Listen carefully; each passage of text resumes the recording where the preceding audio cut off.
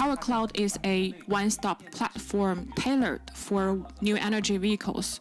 It's a bit like Amazon Cloud to Amazon. Hey guys, NIO has just officially launched their battery as a service business model, and as outlined in previous video, I do think this business model is quite innovative and should actually have some positive effects on the bottom line of NIO. And with this official presentation, I think we're witnessing an exciting step in NIO's ecosystem unfolding, and I see more and more reasons why NIO shouldn't be valued as a car company.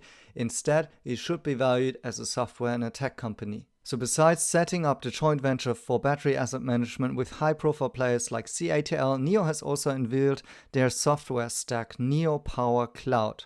And with NIO Power Cloud, NIO is essentially striving to build a software backend of electric mobility in China. In yesterday's unveiling event, NIO showed what the software can do, and here's a quick rundown. The software unveiled is firstly a one-stop platform tailored for next energy vehicles. You heard me right, not just for NIO cars, for all next energy vehicles.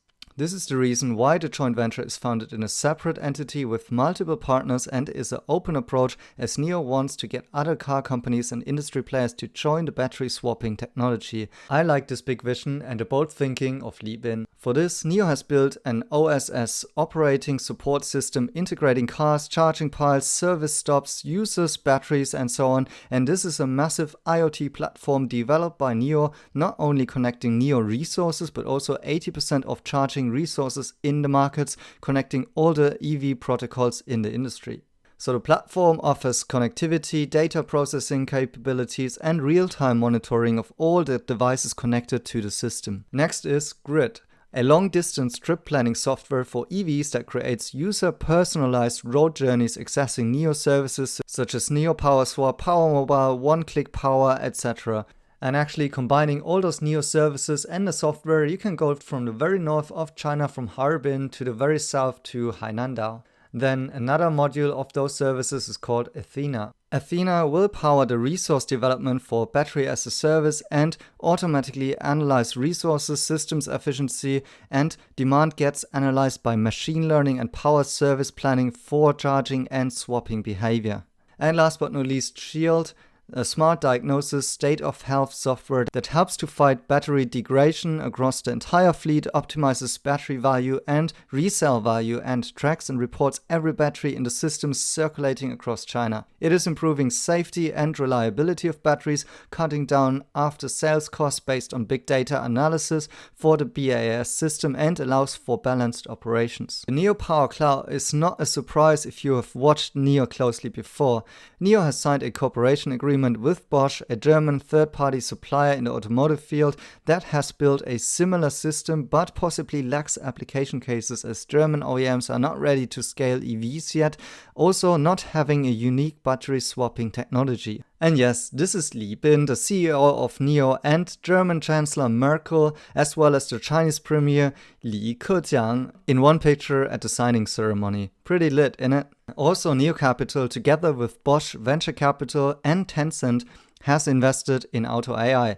And AutoAI's platform is for a connected vehicle that aims to bring rich content and personalized services offered by the internet to the car. If you take a look at their website, you see that some parts of their toolsets that they're offering is also named Athena. Also Tencent, which is a big shareholder of NIO, is putting a high strategic emphasis on IoT and cloud services, so NIO's BAS should actually be supported and be high on their agenda. So do you see the pattern here? It's always Bosch, NIO and Tencent. Do you think that's a coincidence? I don't think so. Instead, I think NIO is pulling the strings here and reaping the fruits of their long laid out strategic collaborations and investments, pulling the technology from startups and corporation partners and forming this unique new digital ecosystem. This is what NIO is doing. But before I go on and tell you what I do think this all means, let me take a quick break and ask you to kindly become a Patreon supporter. For only $1 a month, you can start supporting our channel.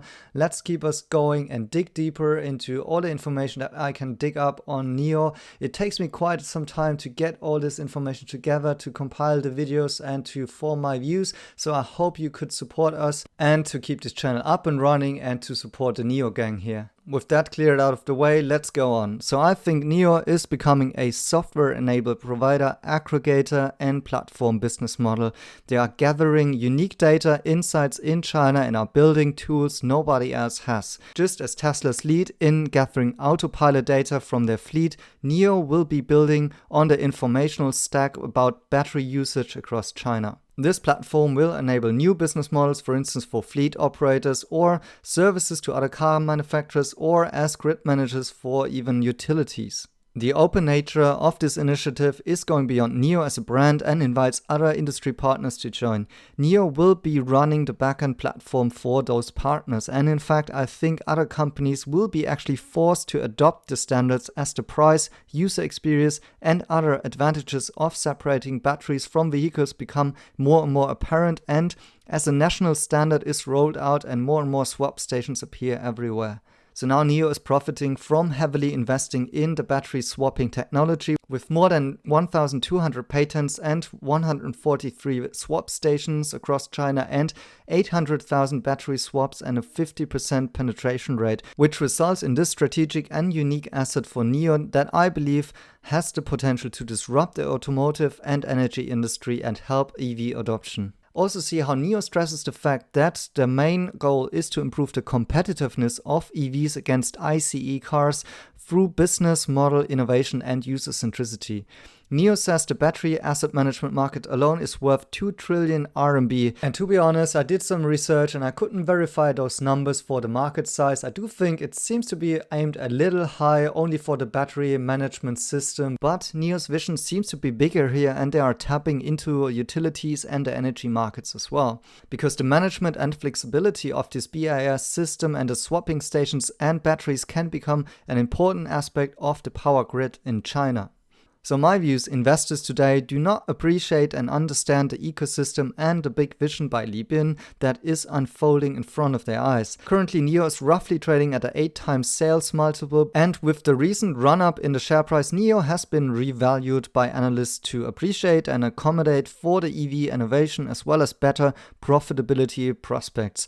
But I think it's now time that investors understand the value of the NIO ecosystem, including the NIO Life, the NIO Digital ecosystem, and the potential of NIO Power, including BAS and NIO Power Cloud. So I'm thinking of NIO not only as a highly growing car startup, but also as a platform business with reoccurring revenues in different industries and several businesses beyond the B2C car business. For instance, BAS enabled B2B services for robotaxi fleet management, services to power the grids and utilities, management platform services for battery asset management, and 4 other car companies. So yes, BAS just got started and it's in its infancy, and many things may still seem a little bit cloudy here, haha. But as a progressive thinking retail investors, I like to think of NIO not only as a car company and also evaluate them not just by the standards and benchmarks of the auto industry, but actually look beyond that. And I do think next week could already be decisive for NIO's share price, as we're currently in this wedge pattern here